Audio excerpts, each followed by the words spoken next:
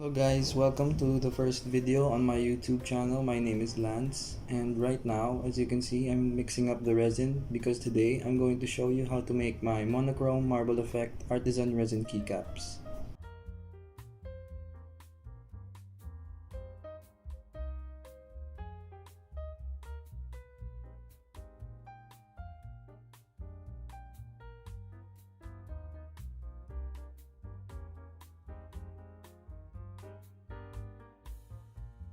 As you can see right now, I'm just mixing up the two-part epoxy resin that I bought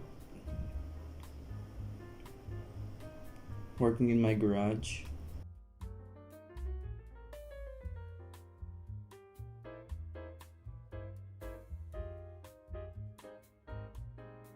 Always use a respirator, guys, and some nitrile gloves.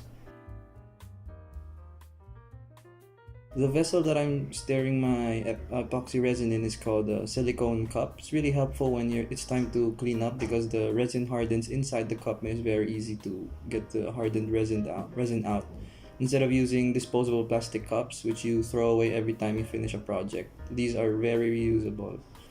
Right now I'm taking out the molds, my keycap molds. Then I'm slowly pouring in the resin. Nice shot here, by the way. All you can see is my sweaty hand.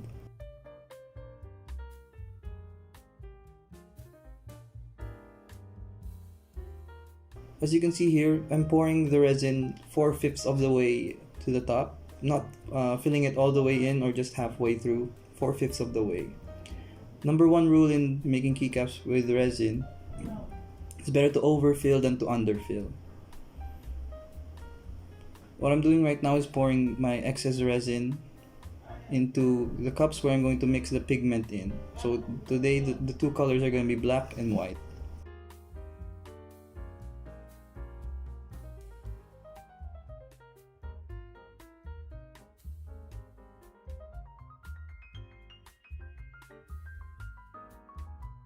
What I have here in my hands is a silicone, some sort of needle, sharp pointy thing. What I'm going to do here next is a very important step, which is I'm going to pop or push up the bubbles that are settled in the corners of the mold. There's a lot of them each time I pour. There are always these small bubbles in the corners of the molds. You don't want those. You need to pop those or push them to the top so they can pop by themselves. I'm going to do this with every mold.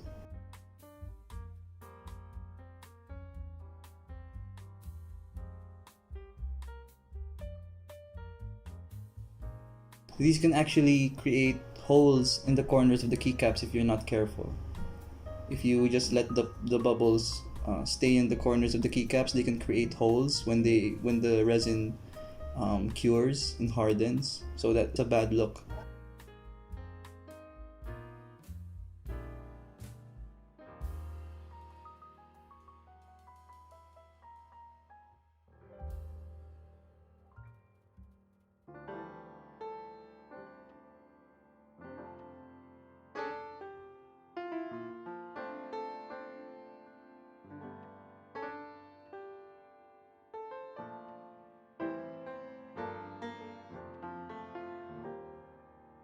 Speeding up the footage here. So as you can see, I'm doing it with every single mold because all of the molds have bubbles in them.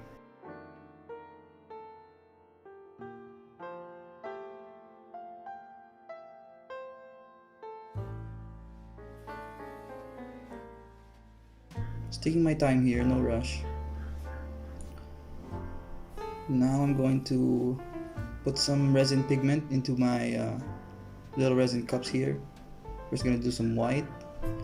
Here's some black. You're gonna see why I'm using a lot more black than white here in a second.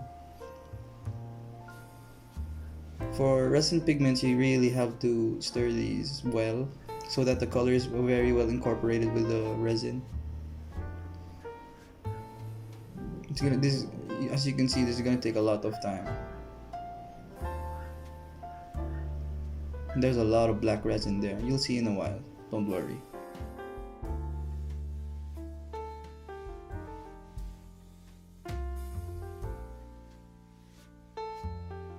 Stirring up the white here.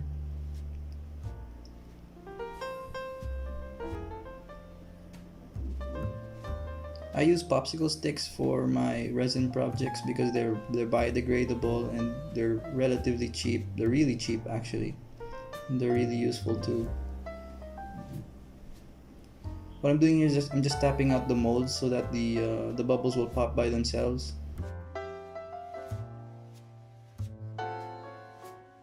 In a second here, the next step would be to make the marble effect. And I know this is a bad camera angle, so I'm gonna cut to a new camera angle here in a second. Here we go. This is a different batch, but the same design, the same concept, the same principles. What I'm doing here is I'm using a toothpick to get some of the white pigmented resin and just making some curved lines. 2 curved lines per keycap, per color. So there's gonna be a total of 4 lines, 2 for white and 2 for black for each keycap. To me, it's very crucial that the lines for each keycap are randomized, because one of the selling points for these keycaps is that each keycap is unique.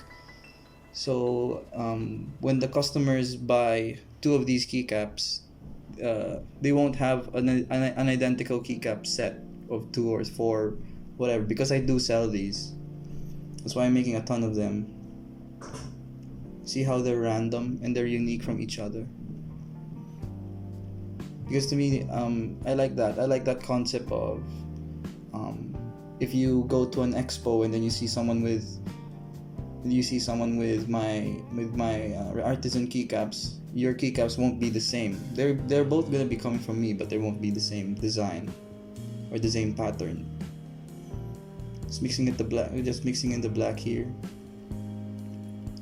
See, you just have to be random so that each keycap is gonna be unique. You'll see it later when I demold these.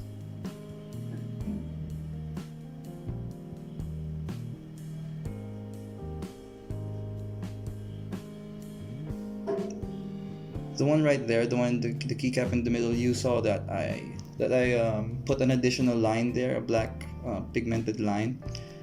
And as you can see here, I'm gonna put another one because I think that I follow the 2x2 rule, 2 white and 2 black. But if I deem one keycap to be a little less busy, I put more lines there so that it will seem the keycap design seems a bit more busy, because I don't want a ton of clear negative space in the keycap, so I put more. Right here is my technique for filling in the stems. I just put a blob of pigmented resin on the corner of the stem, and as you can see, just by gravity, the resin is gonna fill up even the smallest spaces within the mold. Just take your time. Just blob another one there, and as you can see, just by gravity again, it's just slowly filling up the mold. Now it's full. See, it's a foolproof way of filling your stem molds, because I don't like the technique that I saw commonly on YouTube where people are sticking or jabbing toothpicks in to get the crevices. I think that damages the mold way too easily. You gotta take care of your mold, guys. So that's what I do. So I'm just gonna do these for the rest of the stems. Just blotting in just a drop of resin a few seconds apart in the corner. Just letting gravity do the rest. Gravity is your friend here, guys.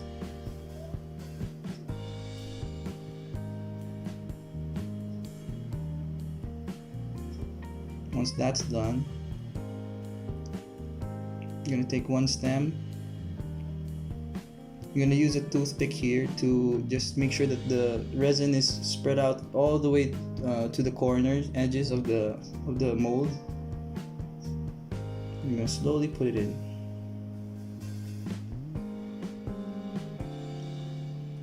To me, this is another important step that you should not miss or should not put more focus in. It's the alignment of the stem. The thing that I hate about the most about other resin keycaps, especially the cheaper ones, especially the ones that my keycaps are directly competing with in my price range, is about $1.50, is that they have misaligned stems, which just irks me the wrong way. It's like, how can that keycap pass your quality control when the customer puts it on their keyboard, it's gonna be really crooked. So as you can see here, I'm doing my best to align these perfectly. As you can see, I'm gonna align these perfectly with when I demold them. I spend a lot of time doing this. I just didn't bother filming it because it took a lot of time. Around 10 minutes, 6 to 10 minutes, just aligning these stems properly. As you can see here, I'm demolding. I let these keycaps cure for around 15 to 16 hours. I know a lot of resin manufacturers say to let your keycaps cure for at least 24 hours, but I have a reason for doing this, and I'll share that with you later. I'm demolding these the next day, around 15 to 16 hours after I made these keycaps. And as you can see, I'm taking a lot of time just demolding my keycaps. I don't want to manhandle my silicone molds, because when you stretch and manhandle your silicone molds, it's gonna increase the wear and tear of these molds, which in turn are gonna create micro tears in the mold, which is bad because when the micro tears worsen, they're gonna make your resin projects in general, not just in keycaps, they're gonna make your resin projects in general become dull and less shiny, less luster. It's gonna look less like glass and more like plastic. We want to go for that glass look. See, look at that. Every keycap is unique. There are no two keycaps that have the same marble pattern and it looks like glass, because I've been taking really good care of my molds. And you're gonna say, Lance, that's a lot of material surrounding the keycaps. Yeah, we're gonna get to that, don't worry. We're gonna separate each of these keycaps soon.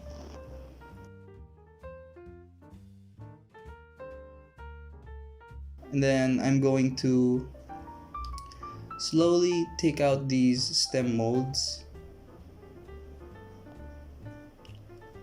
Since the stem molds are also made out of silicone, you have to take care of these too. What I'm gonna do here, I'm just gonna gently pull on one side, then gently pull on the other, and on the other, and on the other. So you have to gently pull on 4 sides. Because what I used to do is I just rip it off from one side. Don't rip your silicone stem molds off, because that's gonna again increase the wear and tear. I actually have this one incident where my silicone stem molds are so beat up from me just pulling them from one side that they become too difficult to pull off. It's like they're stuck to the resin. As you can see, they're easily removable because I've been taking care of my silicone stem molds.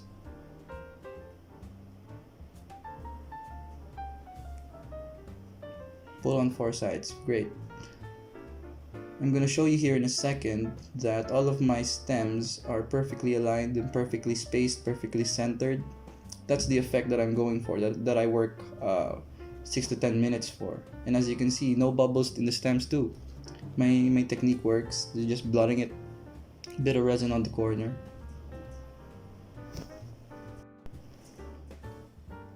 I'm going to speed up the footage here because I'm going to do the same thing. Slowly pull your keycaps out of the mold. Don't beat up your silicone molds, because these molds, since they're really thin, they don't take a lot of beating, they don't take a lot of uses. As you can see here, again, nice glass-like finish. They look like glass, but they aren't. They're made of resin. They look like glass, and then each keycap has their own unique design. They're still joined by a lot of excess material on the sides, which again, I said don't worry about it, we'll take care of those later. Using the 4 sides again to pull off the stem mold. Don't just use 1 or 2 sides, use all 4. 3 at the least. And as you can see, again, perfectly aligned stems, perfectly filled up stems as well, no bubbles. Cutting to some footage here of me using angled pliers, diagonal cutters to separate each keycap. These have been a huge help.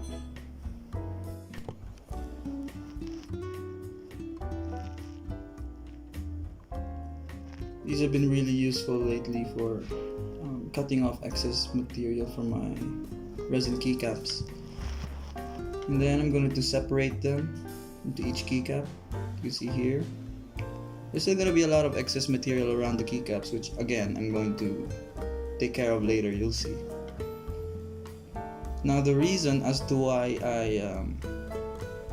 I cure these for only 15 to 16 hours, you'll see here, is that I don't want the keycaps to be like glass-like in brittleness. I want them to be a little bit jelly-like, a bit more bendy, a bit more malleable. You'll see here in a while, because when you cure your resin keycaps for 18 to 20 hours, or 24 hours for that matter, they become really brittle when you use the angled cutters. Just trying to make my camera focus here. I am using my cell phone camera for this.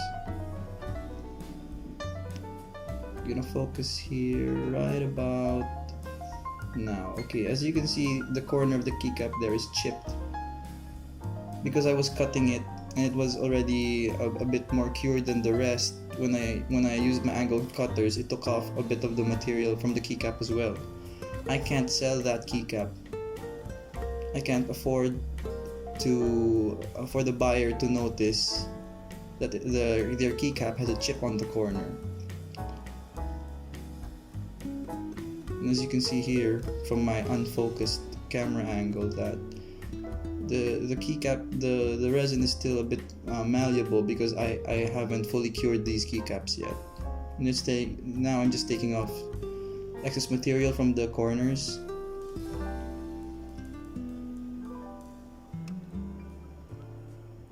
Moving on to the next keycap here. So that's the reason why I let these cure for only 15-16 hours before I demold them and trim them down. They're already hard enough so that when you handle them with your hands, they don't squish or deform. This is after 20 hours of curing. What I'm doing here now is that I'm trimming off the excess material from the bottom corners of the keycaps with a precision knife. I'm gonna show you a little comparison here. The two studs on the left, the two corners on the left are the ones that haven't been cut with a precision knife, and the two on the right have been. So as you can see, it's a lot more flush on the right side, or right now on the top. So this is an important step too. Also, a tip that I can share you from this step is that always cut away from you. Don't cut towards you. Don't ask me how I know.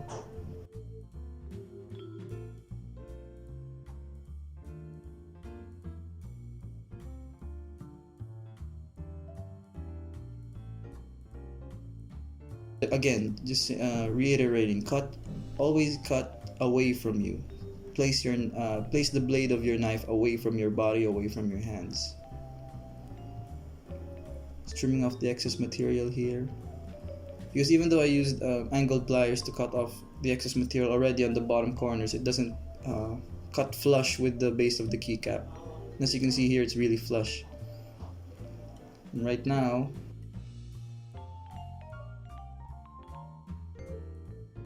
take out the sandpaper, because what I'm going to do next is I'm going to sand the bottom of these keycaps, not a lot, just around the millimeter away, so that I'm sure that the bottom surface is flat. What I'm doing here is I'm sanding down the edges of the bottom of the keycap, also to make sure that it's a straight line, that it's flush, and there are no sharp edges.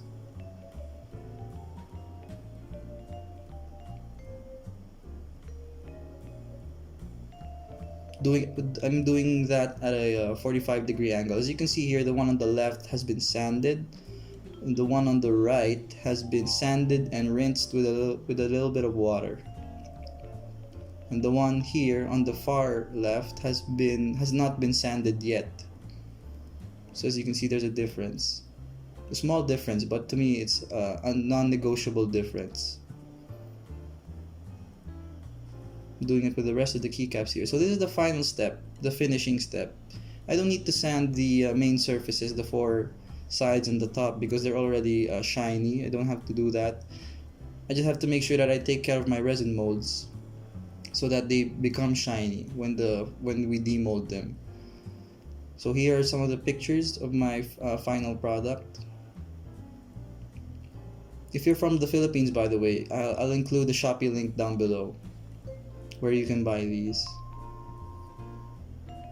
Here they are on my keyboard. As you can see, the RGB effect is still shining through even though I black out the stem, because I used quite a bit of clear base there. And I also make two unit backspaces for these. Same concept, just swirl it around, swirl the white and the black around. Same principles apply. So guys, I hope you like that. I hope you like this video. Subscribe if you want to. And I'll see you guys in the next one.